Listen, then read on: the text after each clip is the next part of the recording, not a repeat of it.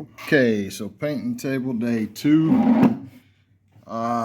It has been decided now that we're going to go over more of the white look instead of the antiquing, but it will still have the antique feel because that's already been sanded in. So I think going with more of a clean look is better since it's a newer table. I was against antiquing anyway.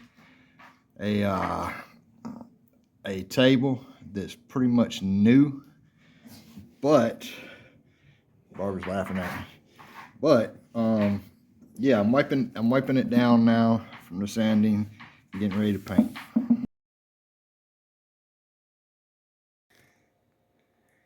Okay, this is the finished product. What you call this? French farmhouse? Yeah, French farmhouse. French Alabaster. farmhouse. Alabaster look. Alabaster color. Alabaster color. And obviously I sanded the personality into it with the deep sands in some of the places. But yeah. And Barbara has done a good job painting this. Maybe she can get a Snicker bar later. Huh? No Snicker bar. No Snicker bar. All right. Okay, back out here at the farm. We got a bit of good news actually up here in our town that we live in. Good news for us, bad news for the people, I guess. But kind of good news for them too. So we were told that there's a shortage of tomato plants up here. And we were like, wow, we have 2,500. That's 2,500 tomato plants. And we got everybody up here wanting us to come to a local thing and sell them. Now Barbara was giving them away to people because she believes everybody should know how to raise their own food, raise their own vegetables and stuff like that. And she was giving away as a starter.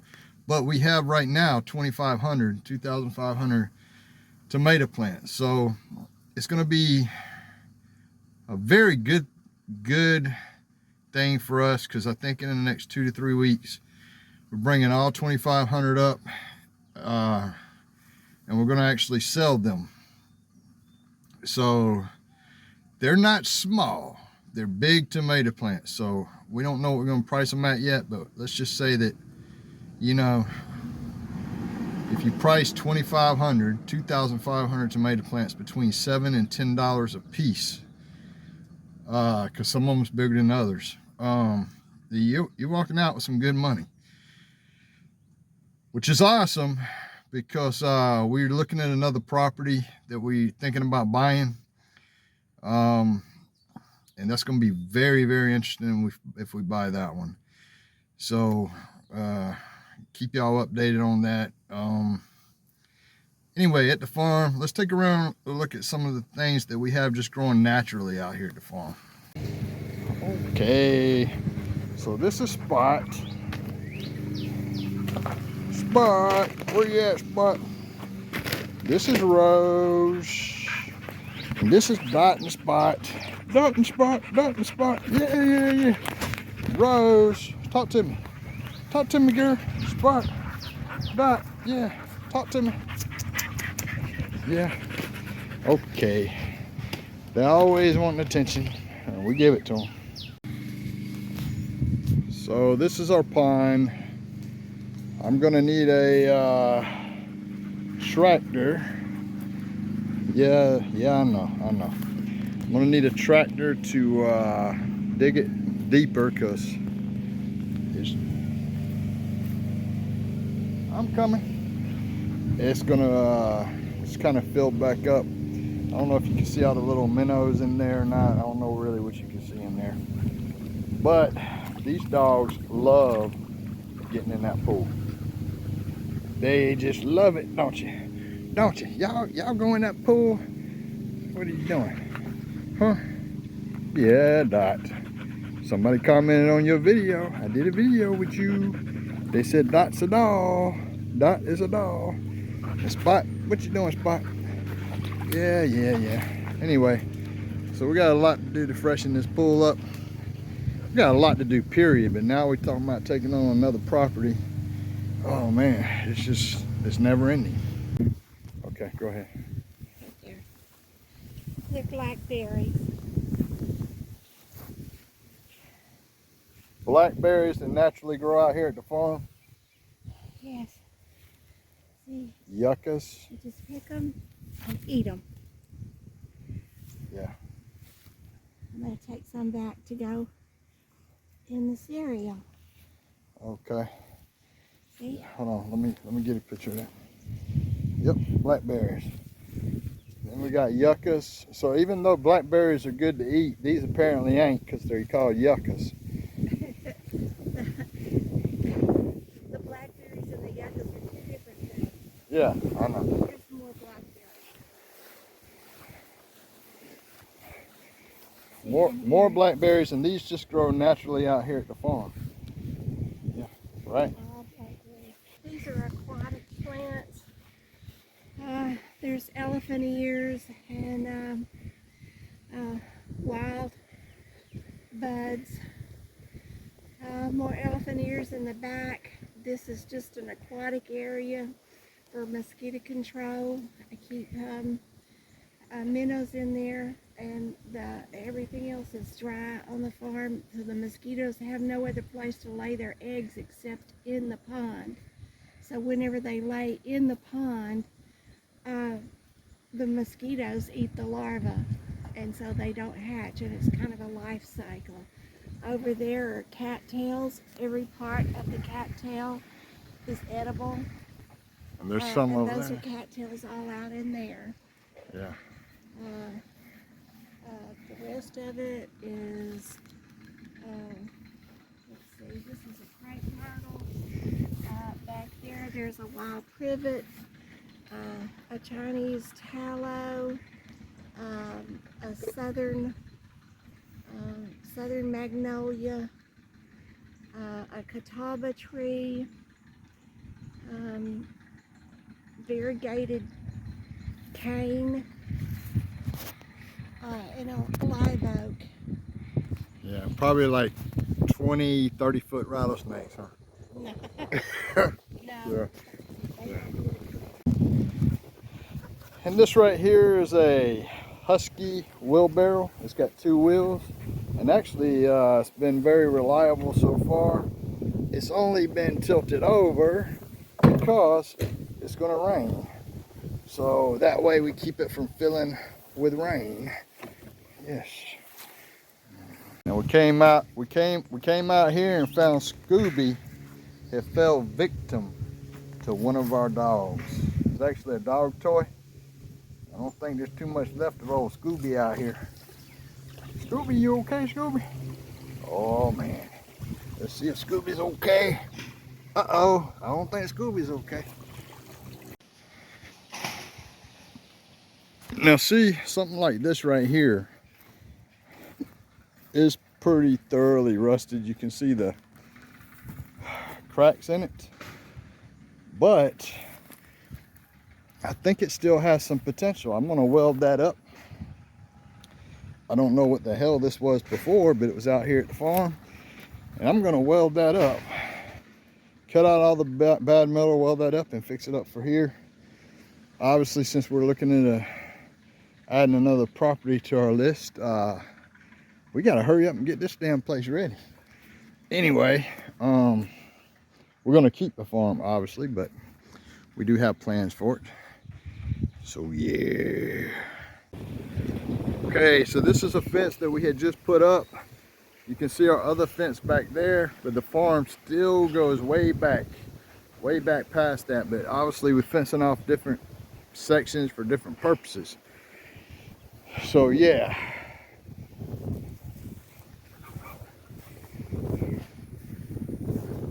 All right then.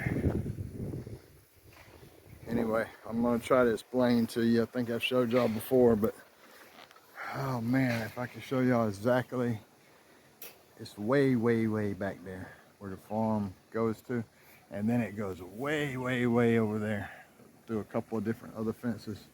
Again, this fence off stuff is for reasons. I got to come out here with a tractor, clear all this right here, clear that back over there. But however, past that other fence down there, I'm gonna leave that grown up. And there's a gate down there. I don't know if y'all can see that on here, but there is a gate. I'm gonna leave all that grown up for the wildlife. All right, so this is an elderberry bush. And right here, if you look at those little green things, they're actually elderberries. And although the blackberries are some good eating, these elderberries are not some good eating, but however, they're healthy for you. So we have blackberries and elderberries all over the place out here naturally, I guess. And this is one of this is one of the many fig trees is out here. Yeah. Good old fig trees. Now this right here is some blackberries. We got them all over the farm out here. And for y'all that know, you know, them blackberries, well, that's some mighty fine eating. That's some good eating. You could pick them things right off of there and just eat them. Very, very good. And they're out here mixed in with some yuccas. You see some more blackberries in there. More blackberries in there. But we got them all over the farm. Yes, we do. You know, out on the farm, we don't need no meteorologists. And most of them are wrong anyway. All we got to do is this. Well, there's a storm coming. I can see it. And it's a coming. Looks like it's going to be quite bad, actually. I wonder why the meteorologists always get shit wrong. They can't get a good weather report out there for nothing. But you look at the sky and you can see for yourself. Look at that. Nice little flower. Nice little flower. Hey, little flower. You enjoying your day? Well, that's good. Oh, we're getting ready to leave the farm, and Barbara still's not used to driving with me, riding with me driving. She took some issue a couple times. I like off-roading. A couple times I went off-roading in a vehicle that wasn't necessarily an off-roading vehicle. And it wasn't at a time where we was really gonna be off-roading. So, you know, she don't really like riding with me driving so much. So I'm gonna be in the passenger seat. The only time I can drive really when she ain't in the vehicle. However, you know, it's kind of like, you know, there's a lot of places to places to off-road in the country. And if I see a good off-roading spot, I'm gonna off-road. You know what I mean? I might go mudding. Yeah, sure, I might not be in exactly a mudding vehicle at the time, although we have some. But I like that challenge. And it's perfectly fine. A lot of people do it out in the country, and it's just perfectly fine. But, you know, for her, she takes issue with it sometimes. And so, especially when you're coming off a higher area to go down into the off-roading area, you know. Yeah. Not something that she really cares for too much. But I wouldn't just randomly do that anymore. Yeah. I would do it on a planned day in an off-roading vehicle. But she still won't let me drive with her. She don't want me to drive her. You know, I don't know. I don't know if any of y'all went off-roading or y'all like to off-road, but it's fun.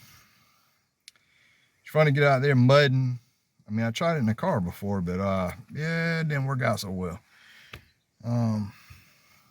But that's why you have trucks to pull the car out of the stuck areas.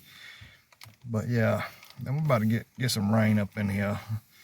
But anyway, I hope y'all liked the video. I know it's a bunch of rambling, random stuff, but I don't know. I don't have live capability right now, and I really would love that because I could do longer videos live and not have to worry about filming, then going back and like uploading and all this stuff. It's just live, you know. Live is so much better. When I get that capability, y'all will be seeing some live videos. Have a good one.